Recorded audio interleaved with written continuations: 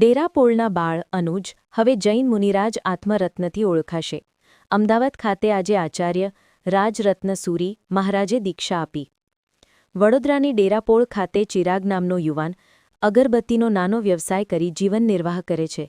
તેમને સંતાનમાં 2 દીકરા હતા. તે પૈકી મોટો દીકરો શ્રીરાજે 11 મહિના પહેલાં દીક્ષા લીધી હતી અને હવે આજે નાનો દીકરો અનુજ પણ મોટા ભાઈના પગલે અમદાવાદ પાલડી ખાતે આચાર્ય રાજરત્ન સુરીની નિસરામાં ભગવતી પર્વજ્યા ગ્રહણ કરી હતી.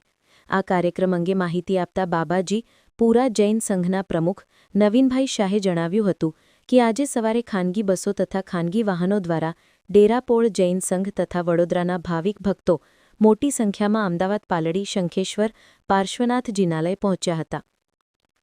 જૈન અગ્રણી દીપક શાહે જણાવ્યું હતું કે આજે સવારે પાલડી ખાતે શંખેશ્વર પાર્શ્વનાથ ભગવાનની પ્રતિષ્ઠા મહોત્સવ યોજાયો અને ત્યારબાદ વડોદરાના 13 વર્ષના અનુજ તથા અમદાવાદની જૈની શાહની ભગવતી પર્વજ્યા દીક્ષા વિધિનો આરંભ થયો હતો તથા 2 પન્યાસ ભગવંતોની આચાર્ય પદવીનો કાર્યક્રમ યોજાયો હતો. અત્રે ઉલ્લેખનીય છે કે વડોદરાનો 13 વર્ષીય અનુજના મોટાભાઈની દીક્ષા 11 મહિના પહેલાં પાલિતાણા થઈ હતી.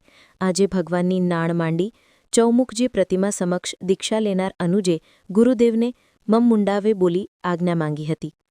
ત્યારબાદ દીક્ષાના ઉપકરણોની ઊંચી બોલીઓ બોલાઈ હતી અને દીક્ષાવેશમાં પ્રવેશ કરતા દીક્ષાર્થી અમર રહોના ગગનભેદી નારાઓથી વાતાવરણ ભક્તિમય બની ગયું હતું. આચાર્ય રાજરત્ન સુરી મહારાજે 12:57 મિનિટે મુહૂર્તમાં અનુજને સંસારી નામ ત્યજી નવું નામ મુનિરાજ આત્મરત્ન વિજયજી નામ પાડતા ભાવિક ભક્તોએ વધાવી લીધા હતા તથા જૈનીબેન શાહનું નવું નામ જીનાગમ દર્શિતા શ્રીજી પાડવામાં આવ્યું હતું.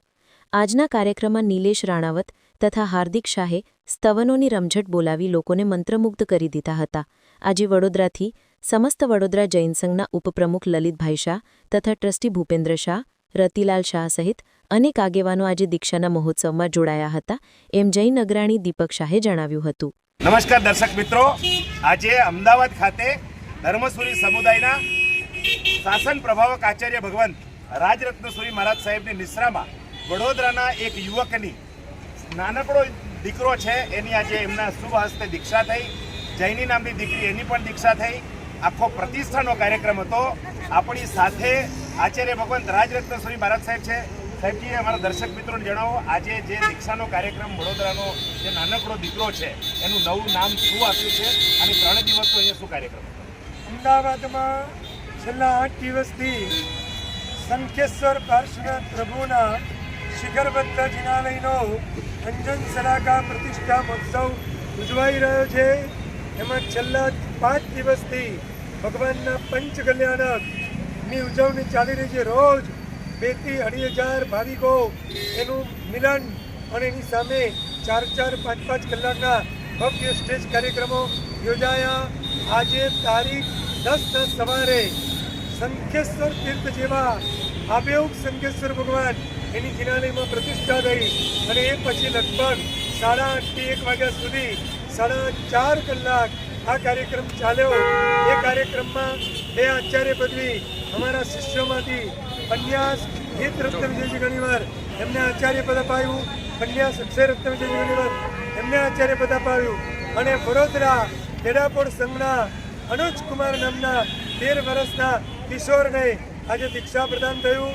એમનું નામ નૂતન મુનિશ્રી આત્મરત્ન વિજયજી. એમના પિતા ડેરાપોળના વતની છે. 2 દીકરા છે. પહેલો દીકરો 15 વર્ષનો, એને ગઈ સાલ દીક્ષા અપાઈ. એનું નામ શાશ્વત રત્ન વિજયજી સ્થાપિત થયું.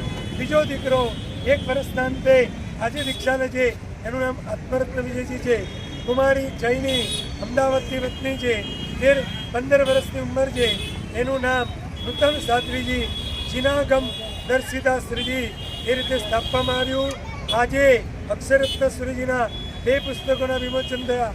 એમાંનું એક પુસ્તક અપ ટુ એન્ડ પૂરેપૂરું સંસ્કૃત છે. આવું વિદ્વત્તાપૂર્ણ આલેખન કરનાર આ સાધુ ભગવાનને આજે યોગ્ય રીતે પદસ્થ કરાયા છે. બોલો જીને શાસન દેવ કી.